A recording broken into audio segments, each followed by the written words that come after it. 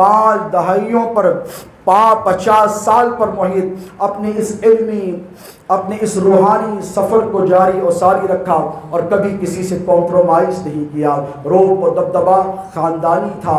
شباہت و وجاہت خاندانی تھی، علم اور عرفان خاندانی تھا۔ جیسے کسی نے خوب کہا تھا کہ ولایت تیرے گھر کی، نبوت تیرے گھر کی ہے، رسالت تیرے گھر کی ہے۔ نبوت تیرے گھر کی ہے، رسالت تیرے گھر کی ہے، امامت تیرے گھر کی ہے، شہادت تیرے گھر کی ہے، اور بہر صورت بچا لینا یہ عادت تیرے گھر کی ہے۔ یہی وہ عادتوں کے پیکر تھے شہزادے حضور غوث الاعظم، اپنے اسلاف کا انتخاب تھے شہزادے حضور غوث الاعظم۔ اور میں کہتا ہوں کہ جب شہزادے غوث اعظم بارگاہ مصویہ میں تشریف لاتے تو جس قدر خوش ان کے اجداد انہیں دیکھ کر ہوا کرتے، ٹھیک اسی طرح جب وہ اجمیر میں جاتے تو میرا وجدان کہتا ہے کہ غریب نواز رضی اللہ تعالی عنہ بھی انہیں آتا دیکھ کر خوش ہوتے۔ اور جتنے سلاسل طریقت ہیں ان سب کے لیے میرے بابا جان علیہ رحمت و رضوان حضور شہزادے غوث الاعظم نے جنگ کی تھی۔ اس جنگ کو جاری اور ساری رکھا جائے گا، محبتوں کو فروغ دیا تھا، اس محبتوں کے سلسلے کو جاری اور ساری رکھا جائے گا۔ میں اللہ تبارک و تعالیٰ سے دعا کرتا ہوں کہ شہزادے حضور غوث الاعظم کے فیضان کو 4 جہان عالم میں جاری اور ساری فرما۔ اے باری تعالیٰ تیرے حبیب پاک علیہ الصلوۃ والسلام کے صدقے تصدق، اہل بیت اطہار کے صدقے تصدق حضور شہزادے حضور غوث الاعظم کی مرقد مبارکہ پر رحمتوں کا نزول فرما، انہیں مولا کائنات شیر خدا کی معیت عطا فرما، حضور پیران پیر غوث الاعظم دستگیر کی معیت میں رکھ، ان کے فیضان کو 4 جہان عالم میں عام فرما، ان کے مریدین سلسلہ پر کرم فرما، اہل خاندان پر کرم فرما۔ میں جمعی مشائخ حضرات کا، سادات کرام کا مشکور ہوں جنہوں نے وقت عطا فرمایا، میری حوصلہ افزائی فرمائی، مجھے دعائیں دی۔ اللہ رب تبارک و تعالی ہمارے اکابر کو، ہمارے مشائخ کو، علماء کو صحت اور عافیت کے ساتھ سلامت رکھے، با کرامت رکھے۔